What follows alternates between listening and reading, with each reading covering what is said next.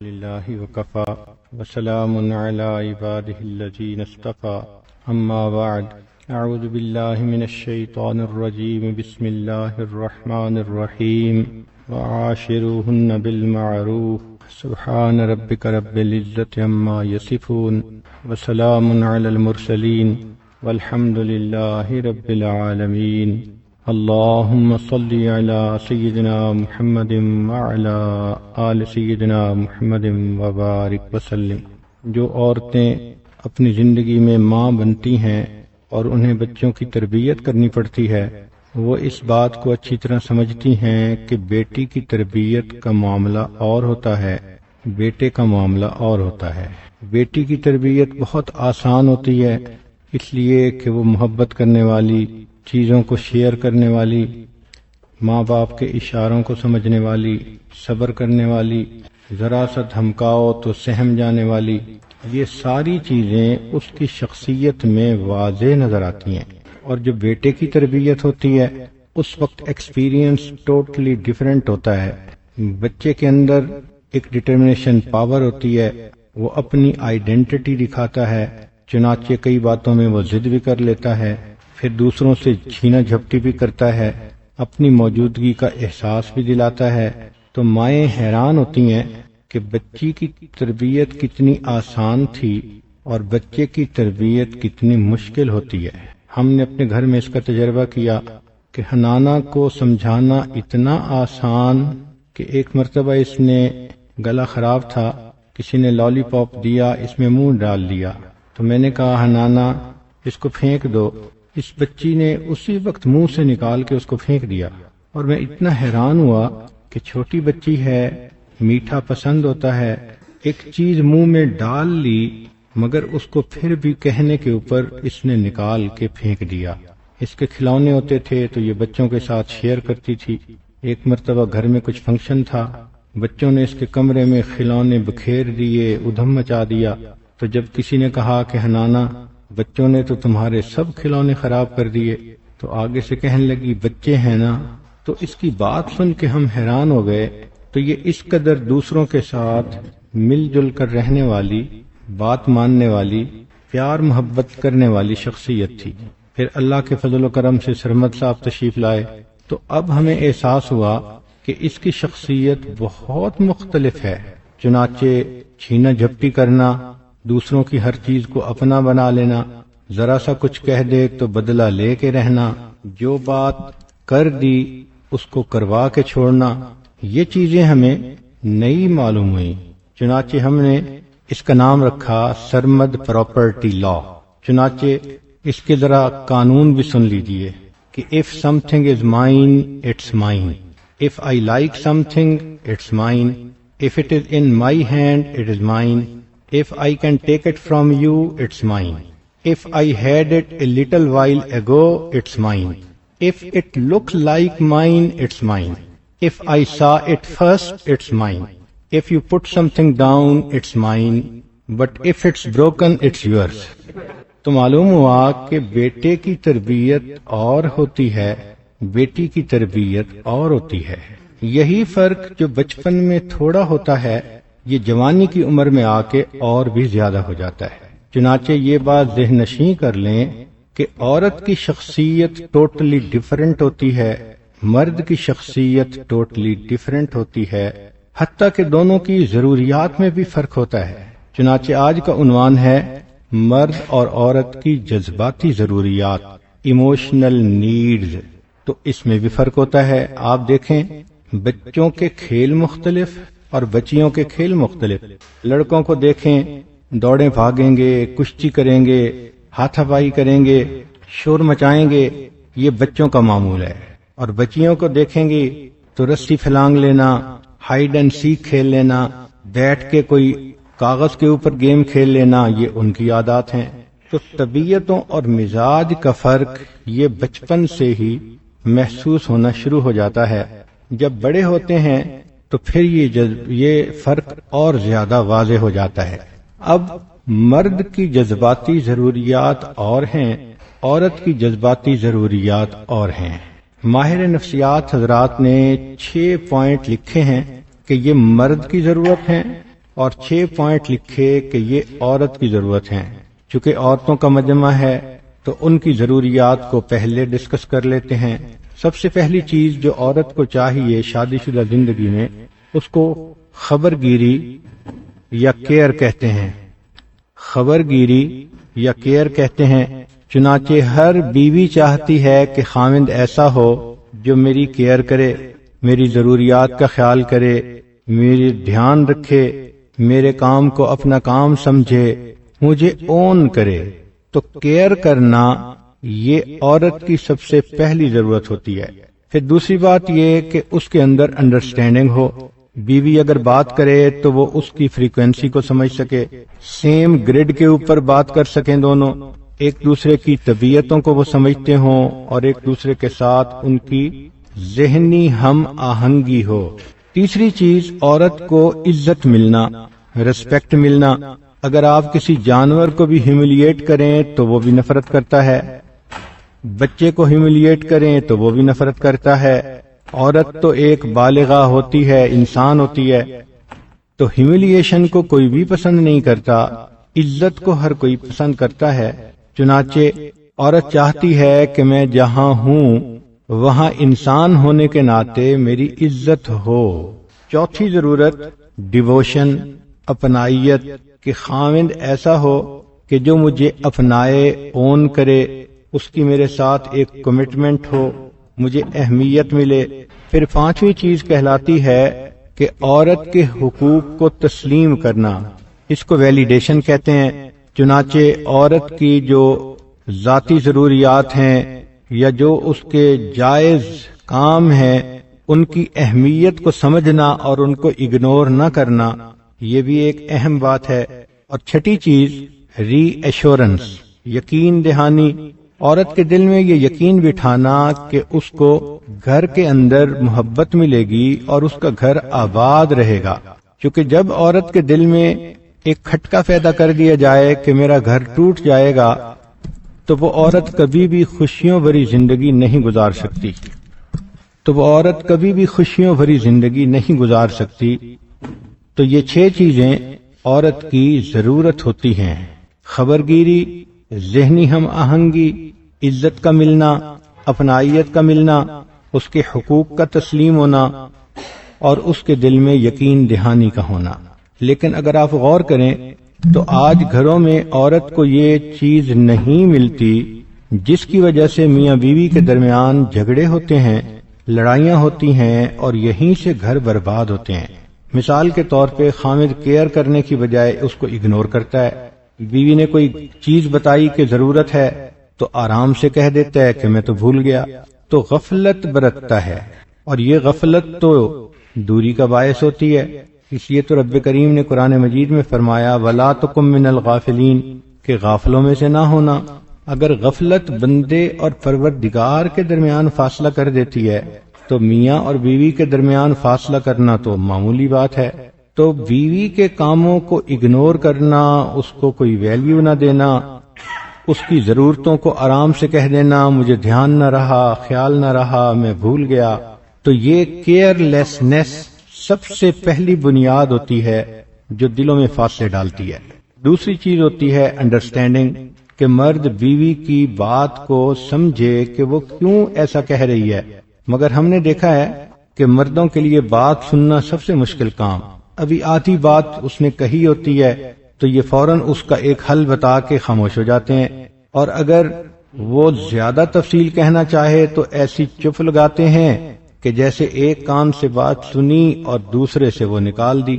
عورت کو پریشانی ہوتی ہے، میں بیوی ہوں، زندگی کی ساتھی ہوں، اس کے بچوں کی ماں ہوں، میری بات ہی نہیں سنتا، اور وہ کئی مرتبہ خاوند ایسے ایکٹ کرتا ہے کہ جیسے فرصت ہی نہیں ہے۔ تو عورت کے دل پہ بہت پریشانی گزرتی ہے کہ اس کی بات ہی اس کا خاوند نہیں سنتا، جس کو وہ اپنی زندگی کا ساتھی کہہ رہی ہے، اپنا محرم راز کہہ رہی ہے۔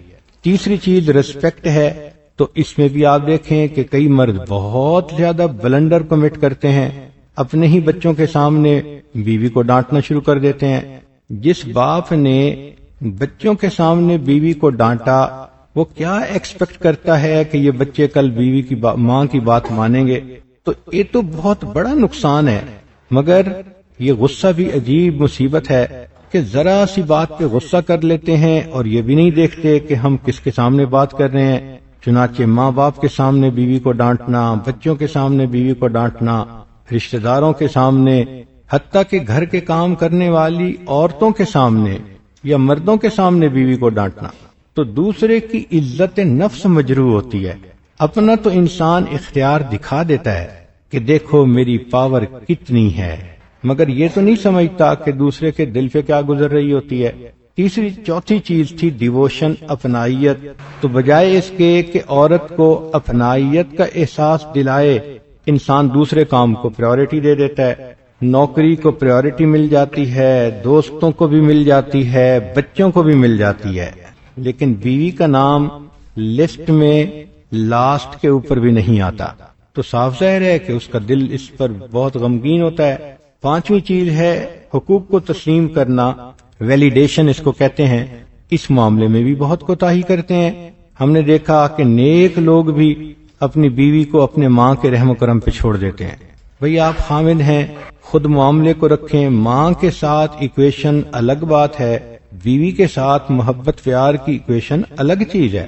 اب خود ایک طرف ہو کہ ایک بچی کو ایک بوڑھی عورت کے سپرد کر دینا، تو ہم نے دیکھا ہے کہ ساس صاحبہ کو بھی پھر حکومت کرنے کا مزہ آتا ہے، وہ بھی چھوٹی چھوٹی باتوں کا بتنگڑ بنا لیتی ہے۔ بیٹی ذات اپنی بیٹی وہی غلطی کرتی ہے تو اگنور کر جاتی ہے، اور بہو سے اس سے کم درجے کی غلطی ہوتی ہے تو ٹاک آف دی ٹاؤن بنا دیتی ہے۔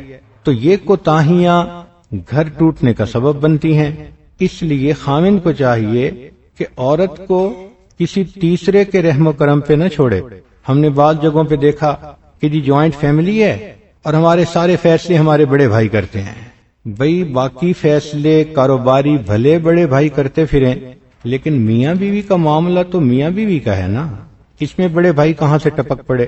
تو یہ کوتاہیاں ہوتی ہیں کہ جس کی وجہ سے پھر عورت کا دل دکھتا ہے اور میاں بیوی کے درمیان پھر فاصلے آ جاتے ہیں۔ اور چھٹی چیز تھی ری ایشورنس، تو اس میں بھی کوتاہی ہوتی ہے۔ معمولی بات پہ دوسری شادی کی دھمکی، میں دوسری شادی کر دوں گا، میں دوسری بیوی لے آؤں گا، میں تمہیں گھر سے نکال دوں گا، میں تمہیں طلاق دے دوں گا، ماں باپ کے گھر بھیج دوں گا۔ یہ الفاظ زبان سے کہہ دینے تو آسان ہے، لیکن مرد یہ نہیں سمجھتا کہ عورت جب یہ لفظ سنتی ہے کہ میں تمہیں ڈائیورس کر دوں گا تو اس کے دل پہ کیا گزرتی ہے۔ وہ بیچاری سپلٹ پرسنالٹی بن جاتی ہے۔ بلا وجہ طلاق کی دھمکی دینا، اس سے بڑا بلنڈر کوئی خامد نہیں کمٹ کر سکتا۔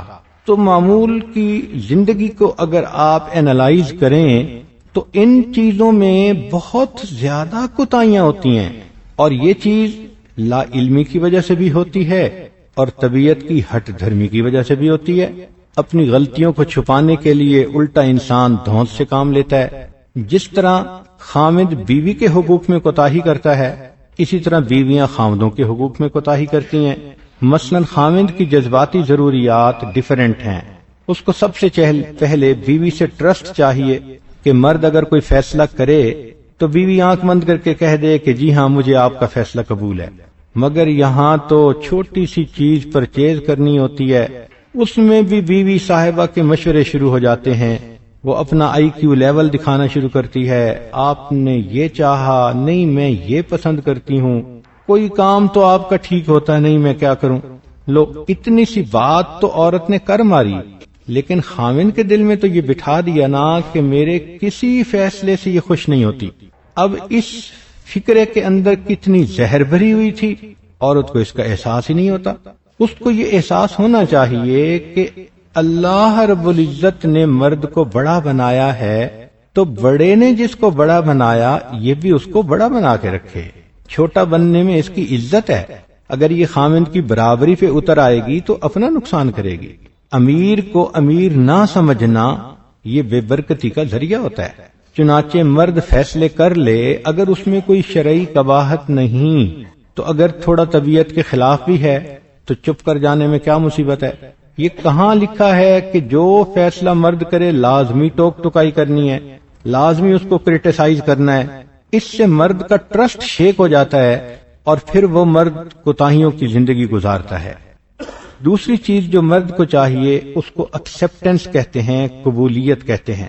چنانچہ مرد زندگی گزار رہا ہے، عورت کو پیار بھی دیتا ہے، گھر کے خرچ کا بھی خیال رکھتا ہے، تو اب عورت اس مرد کے چھوٹے موٹے معاملے کو قبول کرے، ایکسپٹ کرے، اس کی طبیعت کا بھی لحاظ رکھے، توقع رکھے کہ اس کی طبیعت رف اینڈ ٹف ہے، یہ کبھی کوئی یہ بات بھی کر سکتا ہے، یہ لفظ بھی بول سکتا ہے، تو اس پہ صبر کر لینا سب سے آسان علاج ہوتا ہے۔ تیسری چیز جو مرد کو چاہیے اس کو اپریسیشن کہتے ہیں، کہ عورت اپنے خاوند کے گن گائے۔ مرد چاہتا ہے اگر میں اس کو محبت پیار دے رہا ہوں تو یہ اس کے بدلے مجھے بھی اپریشیٹ کرے۔ چنانچہ جو بیویاں اپنے ساس سسر کے سامنے خاوند کی تعریف کرتی ہیں، ماں باپ کے سامنے خاوند کی تعریف کرتی ہیں، رشتہ داروں میں احباب میں اپنے خاوند کی تعریف کرتی ہیں، تو وہ مرد اور زیادہ اپنی بیوی کے ساتھ اچھا ہونے کی کوشش کرتا ہے۔ کوتاہی کیا ہوتی ہے کہ شکایتیں شروع ہو جاتی ہیں۔ اب اس نے 90 باتیں اچھی کیں وہ تو یاد نہیں ہوتی، لیکن اگر 10 غلطیاں تھیں تو ہر جگہ وہ 10 غلطیاں ہی گنوائی جا رہی ہوتی ہیں۔ بلکہ ہم نے تو یہاں تک دیکھا کہ بیٹھتے ہی خاوند کی شکایتیں شروع ہو جاتی ہیں۔ تو جو عورت خاوند کی شکایتیں کرنے لگے وہ تو اللہ کو بھی پسند نہیں ہوتی۔ اس لیے تو نبی الاسلام نے فرمایا کہ میں نے معراج میں دیکھا کہ عورتوں کی اکثریت جہنم میں تھی۔ تو پوچھا کہ اللہ کے نبی وسلم کیا وجہ؟ فرمایا اس لیے کہ خاوند کی ناشکری کرتی ہیں، چیزوں پہ لعنت بھیجتی ہیں۔ تو یہ جو شکایتی ایٹیٹیوڈ ہے یہ بہت زیادہ کلنگ ہوتا ہے، اس کو بدلنے کی کوشش کرنی چاہیے۔ یہ صرف خاوند کی شکایت نہیں ہو رہی ہوتی، یہ اللہ رب العزت کی بھی شکایت ہو رہی ہوتی ہے کہ اس نے مجھے زندگی کا ساتھی کیسا دیا۔ تو اس لیے عورت کو چاہیے کہ اگر اپریشیٹ کرے گی تو خاوند اپنے آپ کو اور زیادہ بہتر بنانے کی کوشش کرے گا۔ ایک چیز جو مرد کو چاہیے اس کو ایڈمائریشن کہتے ہیں، تعریف کرنا، مگر دیکھنے میں یہ بات آئی ہے کہ گھر کی مرغی دال برابر، اور کئی مرتبہ خاوند کو بھی بچوں میں سے ایک بچہ سمجھ لیتی ہیں اور اس کی اصلاح کی کوشش میں لگ جاتی ہیں، اس کو سمجھانے لگ جاتی ہیں جیسے ایک چھوٹے بچے کو سمجھایا جاتا ہے، اور اپنے ایٹیٹیوڈ کو وہ نہیں فیل کرتی کہ میں کر کیا رہی ہوں۔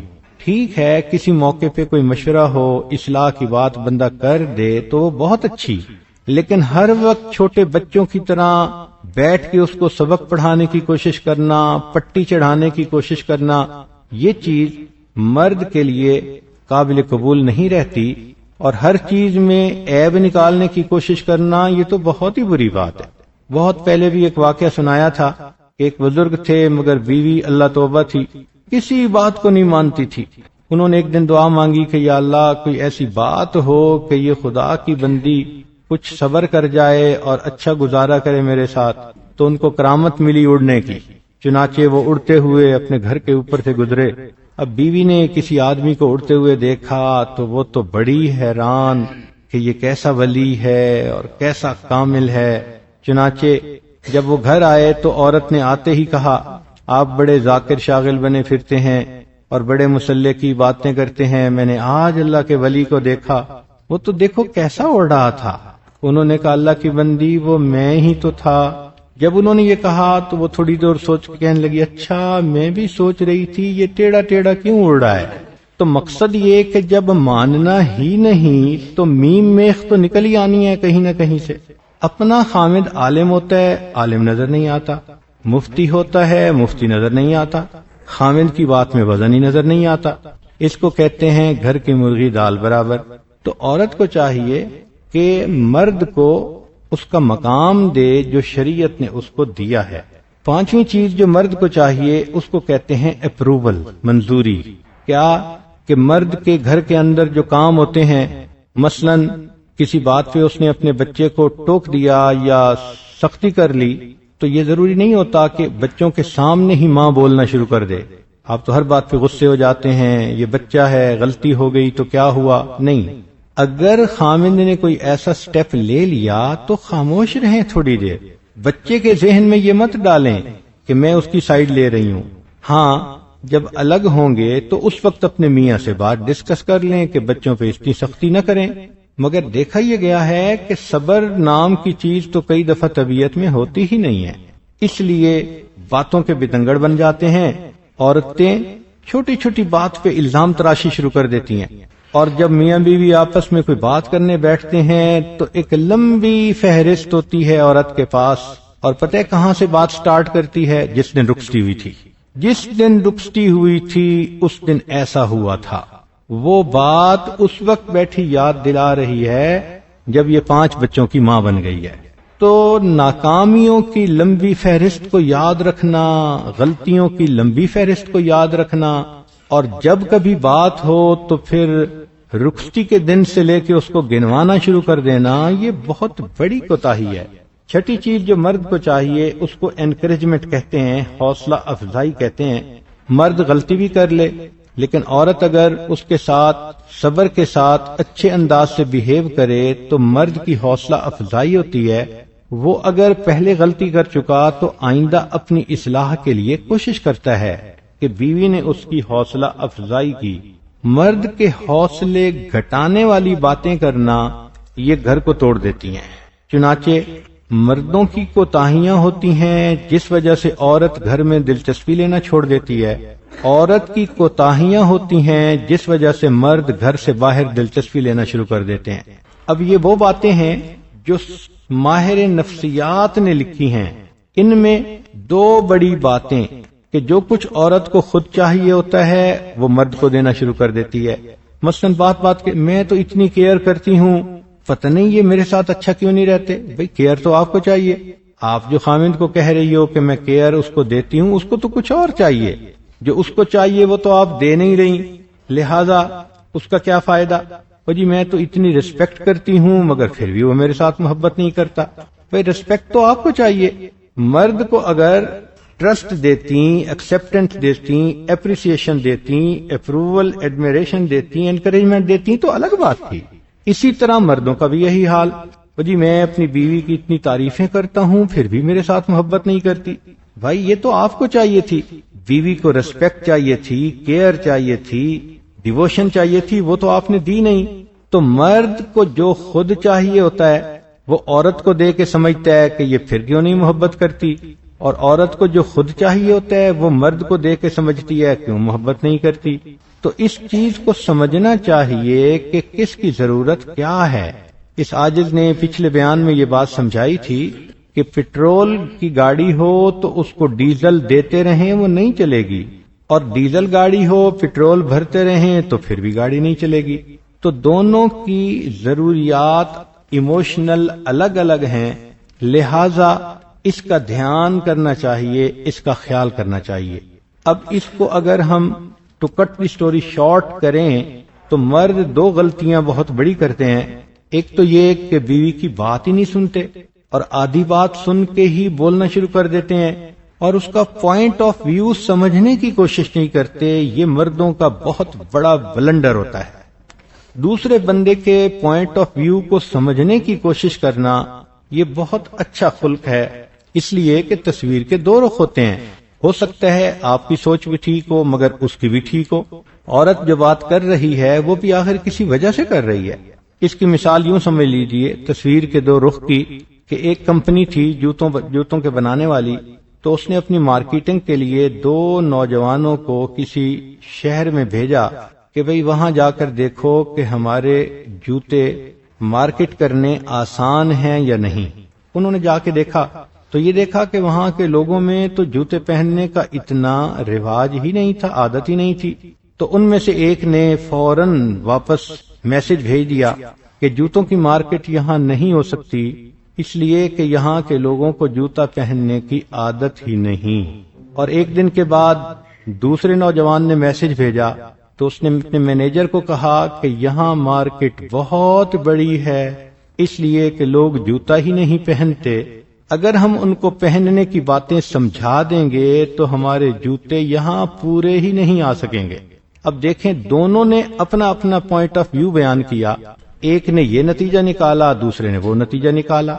اسی طرح جو بات عورت کر رہی ہے اب اس عورت کا کیا پوائنٹ آف ویو ہے، کیوں کہہ رہی ہے، تھوڑی ٹھنڈے دماغ کے ساتھ اس کی بات کو سمجھنے کی کوشش کرنی چاہیے۔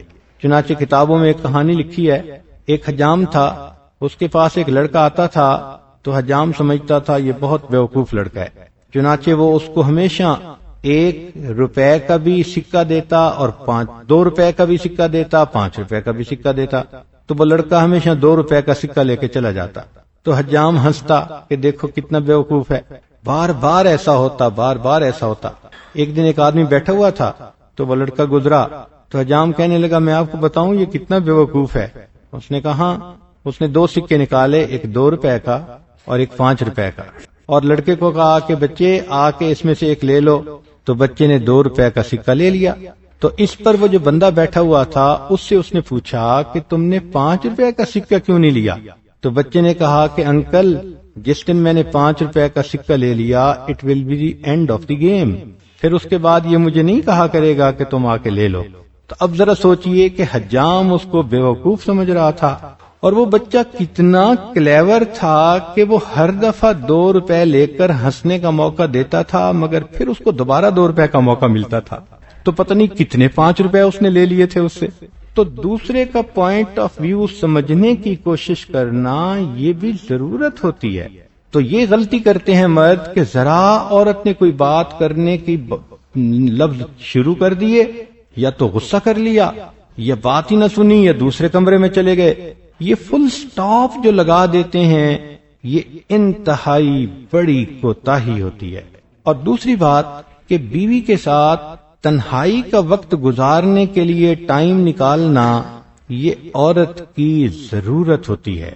کئی مرتبہ جوائنٹ فیملیز میں یا بچے ہوتے ہیں تو ان کی موجودگی میں میاں بیوی کو اتنی فرصت ہی نہیں ملتی کہ مل بیٹھیں، دل کھولیں، بات کریں۔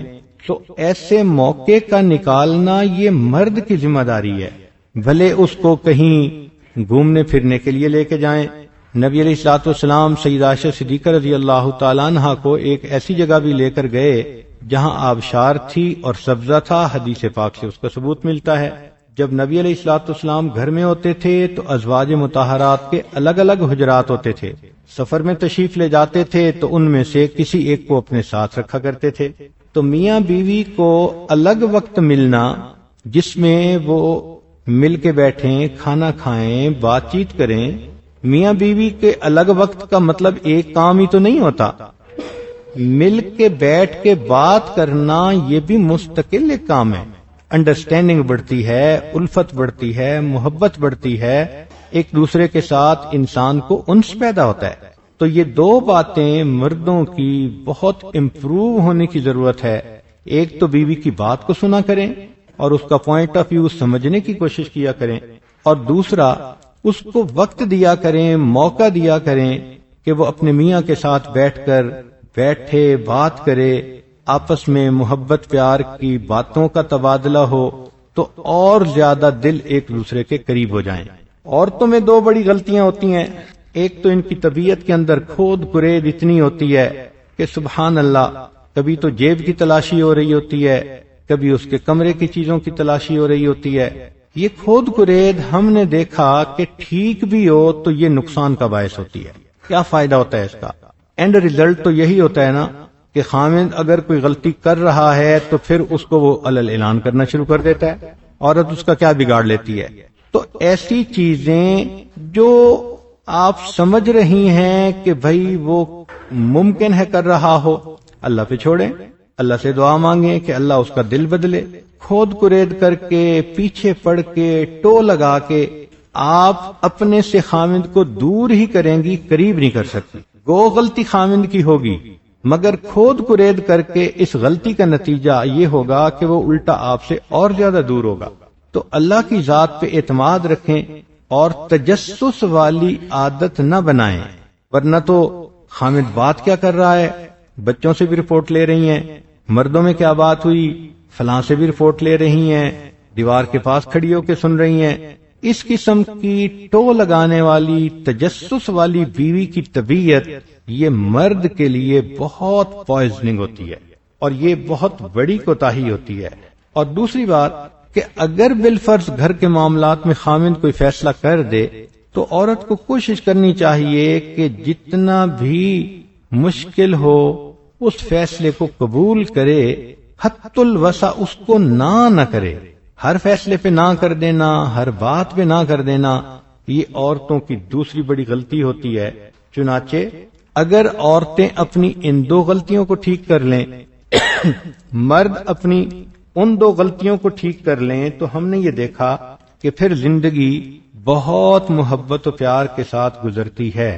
اب آئیے ہم ذرا احادیث کی نظر میں سلف صالحین کی زندگیوں کو دیکھتے ہوئے یہ دیکھیں کہ وہ اگر میاں بیوی بن کر رہتے تھے اور اتنی محبت پیار کی زندگی تھی تو وہ کیسے ایک دوسرے کو یہ سب چیزیں دے دیتے تھے، حالانکہ وہ ٹرمینالوجی سے واقف نہیں تھے، وہ ان اصطلاحات کو نہیں جانتے تھے، مگر قرآن اور حدیث مبارکہ کی تعلیمات ایسی ہیں کہ اگر انسان بیوی کے حقوق پورے کرے، بیوی خاوند کے حقوق پورے کرے، تو خاوند کو وہ ملتا ہے جو اسے چاہیے اور بیوی کو وہ ملتا ہے جو اسے چاہیے۔ چنانچہ ہم پہلے بیوی کے ضروریات کی طرف آتے ہیں کہ بیوی کو کیئر چاہیے، خبر گیری چاہیے۔ تو ذرا دیکھیے کہ حضرت موسیٰ علیہ السلام کی اہلیہ حاملہ ہیں، سردی کا موسم ہے، ٹھٹھر رہی ہیں، تو خاوند نے محسوس کیا کہ میری بیوی کو گرمی کی ضرورت ہے۔ اب وہ نکلے آگ کی تلاش کرنے کے لیے، تو موسیٰ علیہ السلام کا آگ ڈھونڈنے کے لیے نکلنا اس بات کی دلیل کہ اپنی بیوی کی کیئر ان کے دل میں تھی، اور اسی پر اللہ نے ان کو نبوت عطا فرمائی۔ حجۃ الوداع کے موقع پر جس اونٹ پر عورتیں سوار تھیں اس کی لگام ایک صحابی کے ہاتھ میں تھی جن کا نام تھا انجشہ رضی اللہ تعالی عنہ۔ ایک موقع پہ وہ اونٹ کو ذرا تیز چلا رہے تھے، تو جب اس کو اونٹ تیز چلاتے دیکھا تو نبی علیہ السلام نے فوراً کہا کہ انجشہ، تمہارے اس اونٹ کے اوپر شیشے کی بنی ہوئی چیزیں سوار ہیں، ذرا ان کا خیال رکھو۔ قواریر کا لفظ استعمال کیا۔ قواریر کا ترجمہ شیشے کی بنی ہوئی چیزیں بھی کہہ سکتے ہیں، اور اگر مجھ سے ترجمہ کروائیں تو اس کو ڈائمنڈ بھی کہہ سکتے ہیں، کہ نازک چیزیں یا نازک پرسنالٹیز اس اونٹ کے اوپر سوار ہیں، تم تیز چلاؤ گے تو ان کو مشقت ہوگی۔ اللہ کے پیارے حبیب صلی اللہ علیہ وسلم کی زندگی پہ قربان جائیں کہ عورتوں کی اتنی سی تکلیف کا بھی فوراً خیال کیا، اس کو کیئر کہتے ہیں۔ اب دیکھیے حجۃ الوداع کی بات ہے کہ نبی علیہ السلام جب حج کر کے واپس تشریف لائے تو آپ آنا چاہتے تھے، خیمے میں آئے تو عائشہ صدیقہ لانا رو رہی ہیں۔ پوچھا عائشہ کیوں رو رہی ہو؟ اللہ کے حبیب صلی اللہ علیہ وسلم آپ تشریف لائے تھے تو آپ نے عمرہ کیا تھا، میں حرم میں داخل نہیں ہو سکتی تھی عذر کی وجہ سے، اب حج تو میں نے کر لیا، میں عمرہ تو نہیں کر سکی، گو واپس آنا تھا۔ نبی السلام نے فرمایا اچھا ہم یہاں انتظار کرتے ہیں، تم اپنے بھائی عبد الرحمن کے ساتھ چلی جاؤ اور عمرہ کر کے آ جاؤ۔ تو دیکھیے ان کی ایک جائز تمنا تھی، ایک خواہش تھی جس پر وہ اداس ہو کے رو رہی تھیں، تو اللہ کے پیارے حبیب صلی اللہ علیہ وسلم نے ان کی کیئر کا اظہار کیا۔ تو عورتوں کی اس طرح کی چیزوں کا خیال رکھنا یہ مرد کی چارٹر آف ڈیوٹیز میں شامل ہے۔ دوسری چیز ہوتی ہے انڈرسٹینڈنگ، ذہنی ہم آہنگی۔ چنانچہ نبی علیہ الصلوۃ والسلام کی مبارک زندگی میں یہ چیز بھی نظر آتی ہے، سبحان اللہ۔ چنانچہ سیدہ صفیہ رضی اللہ تعالی عنہا جو پہلے یہودیہ تھیں پھر اسلام لائیں، نبی علیہ الصلوۃ والسلام کے نکاح میں آ گئیں، تو جس دن نکاح ہوا اور وہ نبی علیہ السلام کے پاس آئیں تو اللہ کے حبیب صلی اللہ علیہ وسلم چاہتے تھے کہ آج ان سے میری ملاقات ہو جائے، مگر اسی دن تو خیبر فتح ہوا تھا، اسی دن تو اس کا خاوند قتل ہوا تھا یا باپ قتل ہوا تھا، قوم کے لوگ مارے گئے تھے۔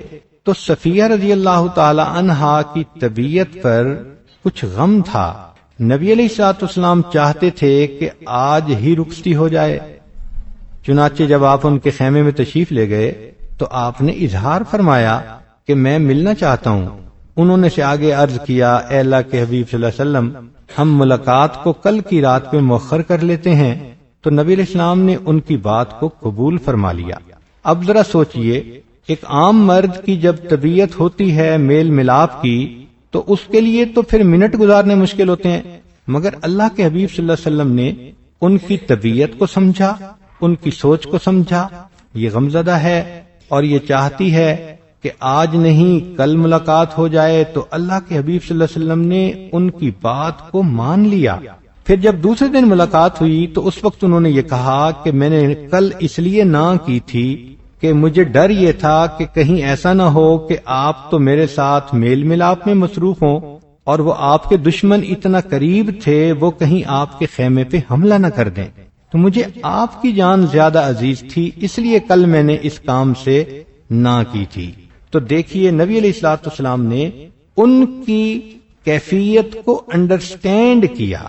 مرد کو بھی چاہیے کہ عورت کا کبھی مزاج کچھ ہوتا ہے، طبیعت کچھ ہوتی ہے، کیفیت کچھ ہوتی ہے، اس کو انڈرسٹینڈ کرنے کی کوشش کرے، اور مرد اور عورت کی سوچ تو بالکل ایک ہونی چاہیے۔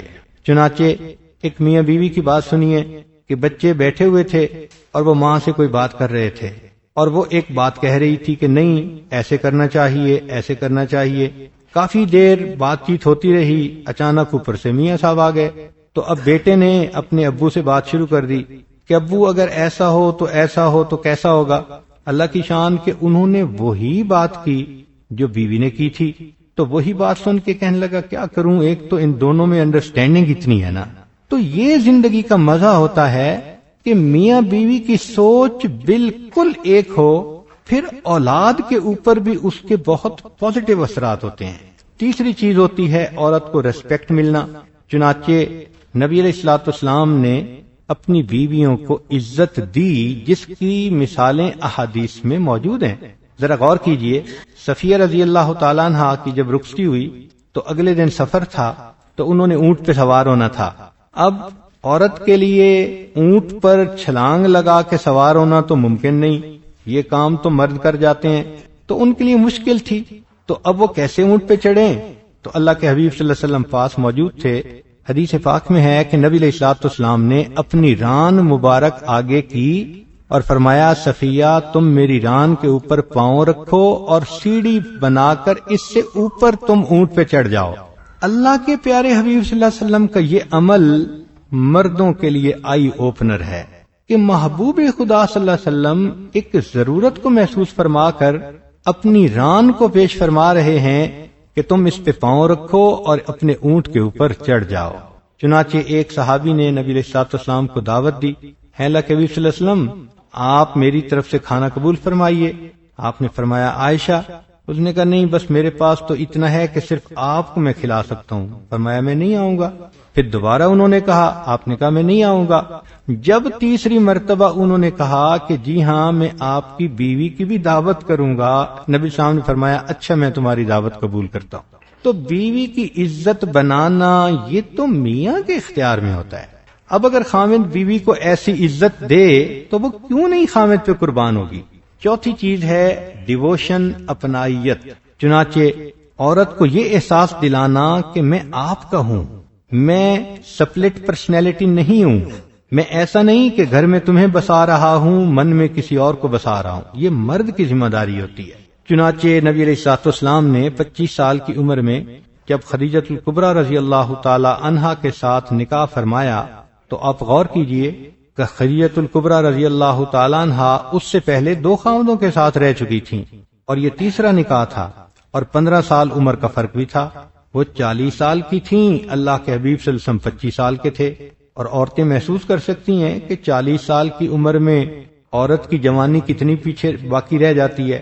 اس عمر میں نبی علیہ السلام نے ان سے نکاح فرمایا اور ان کی پوری زندگی پھر نبی علیہ الصلوۃ والسلام نے کوئی دوسرا نکاح نہیں کیا، انہی کے ساتھ۔ پھر نبی علیہ السلام نے ان کے ساتھ ایسی محبت کی زندگی گزاری، اور انہوں نے نبی علیہ الصلوۃ والسلام کے ساتھ ایسی وفاداری کی زندگی گزاری کہ جب ان کی وفات ہو گئی اللہ کے حبیب صلی اللہ علیہ وسلم ان کو بعد میں بھی یاد کرتے تھے، آنکھوں میں سے آنسو آ جاتے تھے۔ چنانچہ ایک مرتبہ خدیجۃ الکبریٰ رضی اللہ تعالی عنہا کی بہن ملنے کے لیے آئیں، نبی علیہ السلام نے آواز سنی تو فرمایا کہ مجھے خدیجہ کی سی آواز آ رہی ہے۔ عائشہ رضی اللہ عنہا نے بتایا کہ ان کی بہن ملنے کے لیے آئی تھیں، تو نبی علیہ الصلوۃ والسلام کی مبارک آنکھوں میں آنسو آ گئے۔ عائشہ رضی اللہ عنہا نے کہا آپ اس بوڑھی عورت کو کیوں اتنا یاد کرتے ہیں؟ تو نبی اسلام نے فرمایا عائشہ جب لوگ میرے دشمن تھے اس وقت وہ میری اپنی تھی، وہ مجھ سے محبت کرتی تھی، اعتماد کرتی تھی، مجھے تسلی دیتی تھی، مجھے دعائیں دیتی تھی۔ عائشہ جب لوگوں کے دلوں میں ظلمت تھی اس کے دل میں ایمان کا نور تھا۔ انی رزقت حبھا، عائشہ اللہ نے میرے دل میں اس کی محبت ڈال دی، میں اس معاملے میں مجبور ہوں۔ سبحان اللہ۔ تو اگر خاوند ایسی محبت عورت کو دے تو پھر عورت تو اپنے گھر کو ضرور آباد کرے گی۔ پانچویں چیز ہے حقوق تسلیم کرنا، ویلیڈیشن۔ چنانچہ کئی مرتبہ عورت سے کوئی کام غلطی کا بھی ہو سکتا ہے، انسان ہے، مگر اس کی کیفیت کو مرد سمجھنے کی کوشش کرے۔ نبی علیہ الصلوۃ والسلام کی ایک خاص عادت مبارکہ یہ تھی کہ آپ بات کو جو معمولی ہوتی تھی اس کو ڈائلیوٹ کر دیتے تھے، اس کا بتنگڑ نہیں بننے دیتے تھے۔ اب ذرا غور کیجئے کہ نبی علیہ الصلوۃ والسلام عائشہ صدیقہ رضی اللہ تعالی عنہا کے حجرے میں ہیں اور اس وقت ایک دوسری ام المومنین کھانے کی چیز بھیج دیتی ہیں، تو عائشہ رضی اللہ عنہا نے وہ چیز لینے کے لیے جو ہاتھ آگے بڑھایا بے دلی کے ساتھ تو وہ برتن ہی ٹوٹ گیا گر کے۔ تو نبی صاحب نے فرمایا غارت امکم، تمہاری ماں کو غیرت آ گئی، اور بات کو وہیں پر سمیٹ دیا۔ ہم ہوتے تو بات کا بھی تنگڑی بنا دیتے۔ پانچویں چھٹی چیز ہے یقین دہانی، ایشورنس۔ چنانچہ نبی علیہ الصلوۃ والسلام نے عائشہ رضی اللہ عنہا کو ایک لمبا واقعہ سنایا، اس محفل میں تو نہیں لیکن انشاءاللہ کل کی محفل میں آپ کو وہ واقعہ بھی سنا دیں گے۔ اس کو کہتے ہیں حدیث ام زرع۔ 11 عورتوں کی باتیں نبی علیہ الصلوۃ والسلام نے سنائیں کہ انہوں نے اپنے خاوندوں کے بارے میں یہ کہا، آخر پہ کہا کہ ان میں سب سے اچھا ابو زرع تھا جو ام زرع کے ساتھ بہت محبت کرتا تھا، اور یہ پورا واقعہ سنا کے اللہ کے رسول نے نتیجہ نکالا، عائشہ جتنا ابو زرع ام زرع کے ساتھ اچھا تھا میں تمہارے ساتھ اس سے بھی زیادہ اچھا ہوں۔ اور یہ بھی فرمایا کہ اس نے تو بیوی کو طلاق دے دی تھی، عائشہ میں تمہیں طلاق نہیں دوں گا۔ اس کو ری ایشورنس کہتے ہیں۔ تو جس عورت کو ری ایشورنس مل جائے کہ میرا خاوند مجھے نہیں چھوڑے گا، مجھے تنہا نہیں ہونے دے گا، تو عورت کا دل تو پھول کی طرح کھل جاتا ہے۔ تو دیکھیے قرآن و حدیث کی تعلیمات ایسی ہیں کہ ٹرمینالوجی نہ بھی آتی ہو مگر عورت کو وہ سب کچھ ملتا ہے جو اس کو چاہیے ہوتا ہے۔ اسی طرح مرد کا معاملہ دیکھ لیجئے کہ مرد کو ٹرسٹ چاہیے، اعتماد چاہیے۔ تو ابراہیم علیہ الصلوۃ والسلام بیوی بچے کو بیت اللہ کے پاس چھوڑ کے واپس جا رہے ہیں، کوئی آج کی عورت ہوتی تو ادھم مچا دیتی، آپ ہمیں چھوڑ کے کیسے جا سکتے ہیں، کس کے حوالے کر رہے ہیں، ہمارا کون خیال کرنے والا ہوگا، رونا دھونا شروع کر دیتی۔ مگر سیدہ ہاجرہ رضی اللہ تعالیٰ عنہ نے صرف اتنا پوچھا، اللہ کے حکم سے چھوڑ کے جا رہے ہیں؟ انہوں نے سر ہلا دیا، فرمایا اچھا پھر اللہ تعالیٰ ہمیں ضائع نہیں فرمائیں گے۔ تو دیکھیں خاوند کے عمل پر ٹرسٹ کرنا یہ ان کی شان تھی۔ نبی علیہ الصلوۃ والسلام نے آ کر کہا کہ میں اللہ کا نبی ہوں تو خدیجہ الکبریٰ رضی اللہ عنہا نے فوراً کہا کہ اچھا میں آپ پہ ایمان لاتی ہوں۔ اس کو کہتے ہیں ٹرسٹ کرنا۔ تو اس وقت کی بیویاں اپنے خاوندوں کو ٹرسٹ دیتی تھیں۔ صدیق اکبر عنہ کے گھر نبی علیہ السلام تشریف لائے کہ ہجرت پہ جانا ہے۔ نبی علیہ السلام نے صدیق اکبر نے گھر کا سارا مال جو تھا وہ لے لیا، اور ان کی بیوی کو پتا تھا کہ پیچھے کچھ نہیں، کوئی اعتراض نہیں کیا۔ انہوں نے اپنے خاوند کو یہ فیصلہ کر کے جانے دیا، حتیٰ کہ بعد میں سسر جب آئے تو بچیوں نے پتھر جو ہے وہ رکھ دیے اپنے کپڑے میں اور کہا کہ ہمارے پاس بہت کچھ ہے، گھبرانے کی کوئی بات نہیں۔ تو ٹرسٹ بھی تو کوئی چیز ہوتی ہے نا۔ تو وہ اپنے خاوندوں کے فیصلے پہ اتنا ٹرسٹ کرتی تھی۔ دوسری چیز ہوتی ہے قبولیت، چنانچہ ایکسیپٹنس۔ نبی علیہ الصلوۃ والسلام کی بڑی صاحبزادی سیدہ زینب رضی اللہ تعالیٰ عنہا، ان کا نکاح اس وقت ہوا جب کہ نبی علیہ الصلوۃ والسلام مکہ مکرمہ میں تھے، اور ان کا نکاح اپنے خالہ زاد بھائی سے ہوا۔ خدیجہ الکبریٰ رضی اللہ عنہا کی بہن تھی، ان کا بیٹا تھا ابو العاص اس کا نام تھا۔ اب یہ اسلام سے پہلے کی بات ہے، چنانچہ یہ معاملہ چلتا رہا، حتیٰ کہ جب نبی اسلام ہجرت کر کے آ گئے تو سیدہ زینب اپنے خاوندی کے پاس رہیں۔ اب اس بدر کے میدان میں ابو العاص مشرکین کے ساتھ مل کر لڑنے کے لیے آئے، اور اللہ کی شان کہ وہ قید ہو گئے۔ جب بدر کے قیدیوں کو چھڑوانے کے لیے مشرکین نے فدیے کا مال بھیجا تو زینب رضی اللہ تعالی عنہ کے پاس ایک ہار تھا، قلادہ تھا، انہوں نے اپنا وہ ہار بھیجا۔ نبی علیہ السلام کے سامنے آیا تو آپ نے پہچان لیا یہ تو وہ ہار تھا جو خدیجۃ الکبریٰ رضی اللہ تعالی عنہا نے شادی کے وقت اپنی بیٹی کو دیا تھا۔ جب وہ ہار اللہ کے محبوب صلی اللہ علیہ وسلم کے سامنے آیا، آنکھوں میں آنسو آ گئے، فوت ہوئی بیوی یاد آئی۔ آپ نے صحابہ کو کہا اگر آپ لوگ مجھے مشورہ دیں تو میں بندے کو بھی آزاد کر دیتا ہوں اور یہ ہار بھی واپس کر دیتا ہوں۔ صحابہ نے کہا بہت اچھا۔ اب ابو العاص آزاد بھی ہو گئے اور ان کو ہار بھی مل گیا تو ان کے دل میں ایک محبت آ گئی نبی علیہ الصلوۃ والسلام کی، چنانچہ وہ واپس لوٹے۔ اب اس دوران نبی علیہ السلام نے ان سے یہ کہا کہ آپ واپس جاؤ تو بھئی میری بیٹی کو میرے پاس بھیج دینا۔ انہوں نے وعدہ کر لیا، چنانچہ سیدہ زینب رضی اللہ عنہا نبی علیہ السلام کی خدمت میں آ گئیں۔ واقعے کی تفصیل تو نہیں کر سکتے اس وقت۔ اب ایک موقع پہ ابو العاص شام تجارت کے سفر کے لیے گئے، لوگوں کے بھی مال بہت سارے تھے اس میں شامل، وہ تجارت کی قافلہ لے کے واپس آ رہے تھے کہ صحابہ کی ایک جماعت کے ساتھ ان کا مقابلہ ہو گیا۔ اب اس موقع پہ صحابہ نے ان سے مال چھین لیا۔ اب جب مال چھین لیا تو ان کو احساس ہوا کہ بھئی میری ذمہ داری ہے، لوگ مجھ سے مانگیں گے اور مال مجھ سے چھن گیا، تو وہ مدینہ آ گئے۔ جب مدینہ آ گئے تو زینب رضی اللہ عنہا سے انہوں نے کنٹیکٹ کیا۔ اب ذرا غور کیجئے کہ نبی علیہ الصلوۃ والسلام کو پتہ چلا کہ ابو العاص آئے ہیں تو نبی علیہ السلام نے حدیث مبارکہ کے الفاظ ہیں، فرمایا اکرمی مثواہ، کہ زینب اپنے خاوند کا خیال رکھنا، وہ مشرک ہے، ابھی وہ کافر ہے، اور مشرک اور مسلمان عورت کے نکاح کا جو مسئلہ تھا ابھی اس کی آیتیں نہیں اتری تھیں، یہ اس سے پہلے کی بات ہے۔ تو نبی علیہ السلام نے فرمایا کہ اس کا خیال رکھنا۔ ان کا اللہ کے حبیب صلی اللہ علیہ وسلم وہ تو مال کے لیے یہاں آئے ہیں۔ فرمایا مال کے لیے آئے ہیں مگر آنے والے کے ساتھ اچھا برتاؤ تو کیا جاتا ہے، چنانچہ ان کے کھانے پینے کا پورا انتظام کیا گیا۔ اور نبی علیہ الصلوۃ والسلام نے پھر صحابہ کو بلایا اور کہا کہ بھئی اگر آپ لوگ ان کا مال واپس کر دیں تو بہت اچھی بات ہوگی۔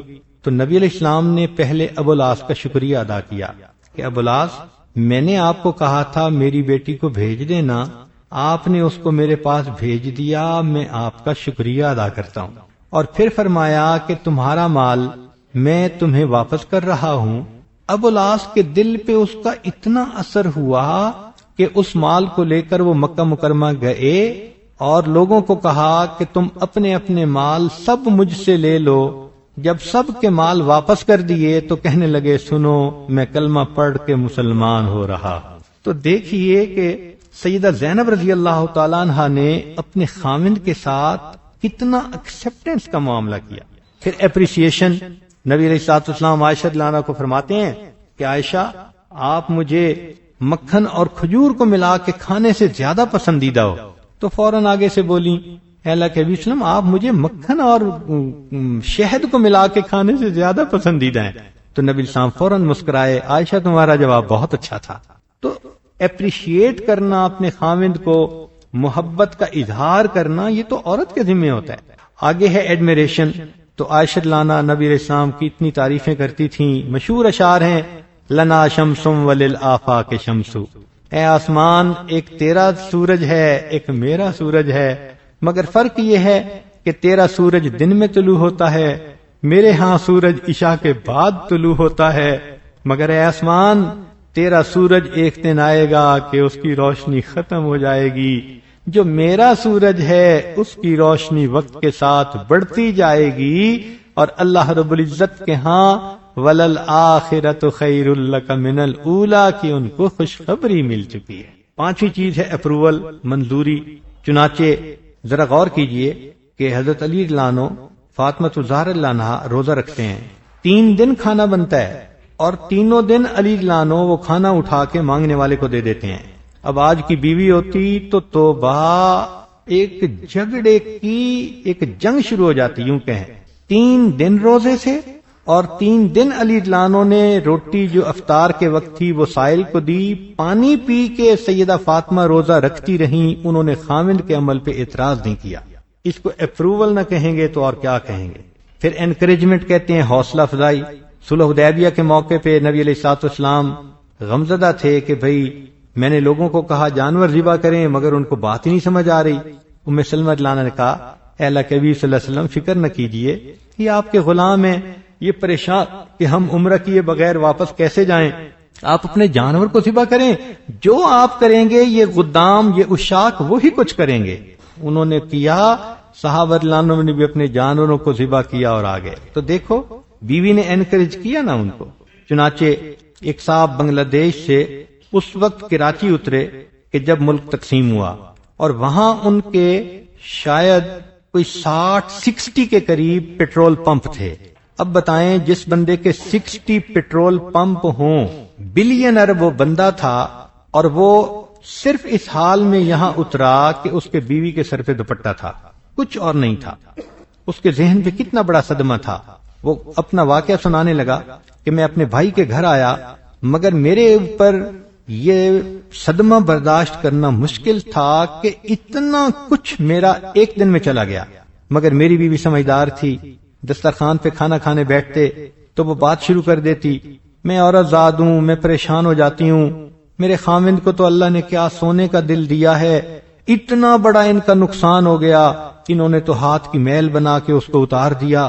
وہ کہتے کہ میں حیران ہوتا کہ میری بیوی ایسی باتیں کر رہی ہے، میں اپنا دل بڑا کرتا۔ بیوی تنہائی میں مجھے کہتی، دیکھو رزق تو اللہ نے دینا ہے، جو اللہ وہاں رزق دے رہا تھا وہی ہمیں یہاں دے گا، آپ بالکل پریشان نہ ہونا، آپ غربت کے ایام ہیں، میں گزارا کروں گی، آپ کے ساتھ ہوں۔ انہوں نے اپنے بھائی سے قرض لے کے ایک ٹرک کرائے کا چلانا شروع کیا۔ اللہ نے چند سالوں میں اتنی برکت دی کہ 200 ٹرکوں کی کمپنی کا ان کو مالک بنا دیا۔ وہ اپنی بیوی کا واقعہ سناتے تھے اور کہتے تھے میں بیوی کا احسان کبھی نہیں اتار سکتا۔ تو بیوی کو چاہیے کہ انکریجمنٹ کرے اپنے خاوند کی ایسے موقع پہ جبکہ خاوند کو اس کی ضرورت ہوتی ہے۔ اور ان سب کا جو اصول ہے وہ یہ کہ میاں بیوی دونوں شریعت والی زندگی کو اپنا لیں، کسی ٹرمینالوجی کو یاد کرنے کی ضرورت نہیں، خود بخود خاوند بیوی کو وہ دے گا جو اس کو ضرورت ہے، بیوی خاوند کو وہ دے گی جو اس کو ضرورت ہے۔ آج شادیاں کرتے ہیں خوبصورتی کے پیچھے، تو خوبصورتی تو کسی کو کچھ نہیں دے سکتی۔ یاد رکھیں شادی کے پہلے دن عورت کی شکل دیکھی جاتی ہے، پھر اس کے بعد پوری زندگی عورت کی عقل دیکھی جاتی ہے۔ اور نبی علیہ الصلوۃ والسلام کی ایک حدیث مبارکہ سے بھی یہی ثابت ہوتا ہے کہ جس سے پتہ چلتا ہے کہ مال کی خاطر شادی کرنا، خاندان کی خاطر شادی کرنا، حسن کی خاطر شادی کرنا، یہ سب بعد کی باتیں ہیں، اصل چیز تو نیکی اور دینداری ہے، اس کی بنیاد پہ شادی کرنی چاہیے۔ آج ہم نبی علیہ الصلوۃ والسلام کی سنتوں کو چھوڑتے ہیں، مصیبتوں میں پڑ جاتے ہیں۔ اگر کوئی اللہ کا بندہ ہوگا اور اس کے دل میں خوف خدا ہوگا، وہ بیوی کو کیوں رلائے گا، وہ بیوی کو کیوں پریشان کرے گا؟ اور جو اتنی محبت کرنے والا خاوند ہو، اس کا رنگ گورا ہے یا کالا ہے، اس سے کیا فرق پڑتا ہے؟ وہ غریب ہے یا امیر ہے، وہ چھوٹے خاندان کا ہے یا بڑے خاندان کا ہے، کیا فرق پڑتا ہے تو انسان نا، ہے تو اس کا دل ہمدرد، محبت کرنے والا۔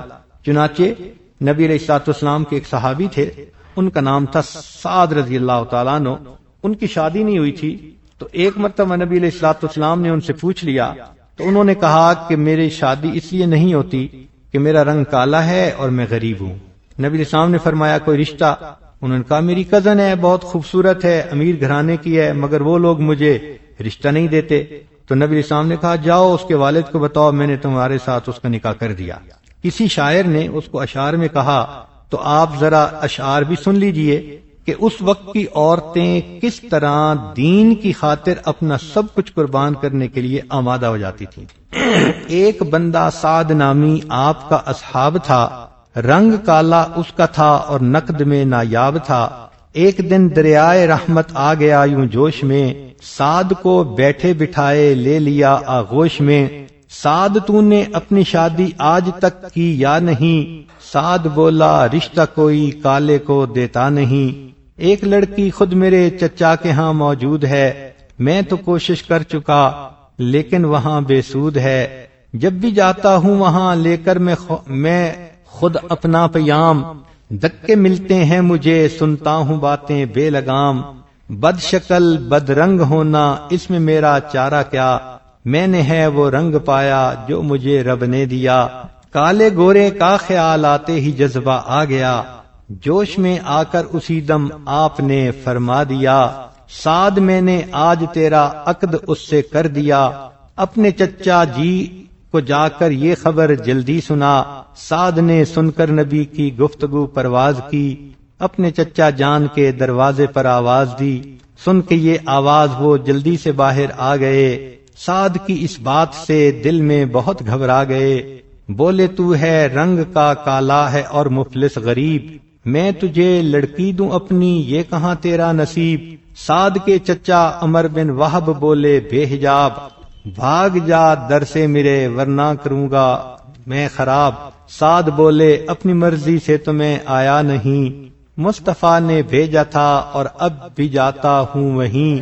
سعد تو یوں ڈر سے واپس آ گئے سوئے جناب، اور گئے اندر چچا کھاتے ہوئے کچھ پیچ و تاب۔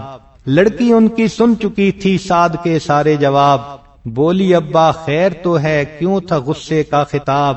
باپ بولا سعد حبشی میرے در پر آیا تھا، اور تجھ سے شادی کا پیغام مجھ تک لایا تھا، رنگ کا ہے کالا وہ اور مفلس و محتاج بھی، میری عزت اور دولت کی نہ رکھی لاج بھی، چاند سی بیٹی اسے دے دوں یہ تو ممکن نہیں، وہ دو کوڑی کا بنے داماد ہو سکتا نہیں۔ لڑکی بولی خود پیام عقد لے کے آیا تھا، یا کسی نے بھیجا تھا اور بن کے قاصد آیا تھا۔ باپ بولا خود سے میں آیا نہیں، کہتا تھا وہ سرور کونین نے بھیجا ہے مجھ کو بیٹی دو۔ سن کے بس اس بات کو لڑکی تو وہ چلا اٹھی، کیا غضب کی بات ابا تم نے آج اس سے کہی، کب میں کہتی ہوں کہ اس کے رنگ کالے کو تو دیکھ، میں تو کہتی ہوں کہ اس کے بھیجنے والے کو دیکھ، کب میں کہتی ہوں کہ اس کے رنگ کالے کو تو دیکھ، میں تو کہتی ہوں کہ اس کے بھیجنے والے کو دیکھ، میں نے مانا کالا ہے وہ حسن میں بھی ماند ہے، بھیجنے والا تو لیکن 14ویں کا چاند ہے، تیری بیٹی اس کے کالے رنگ پر مسرور ہے، کالی کملی والے کی مرضی مجھے منظور ہے۔ اگر ایسی بیویاں ہوں جو کالی کملے والی کی مرضی کو دیکھ کر زندگی گزارنے والی ہوں تو سوچئے گھر جنت کا نمونہ بن جائیں گے۔ اللہ رب العزت ہمیں نیکوکاری پرہیزگاری کی زندگی نصیب فرمائے۔ وآخر دعوانا ان الحمد للہ رب العالمین۔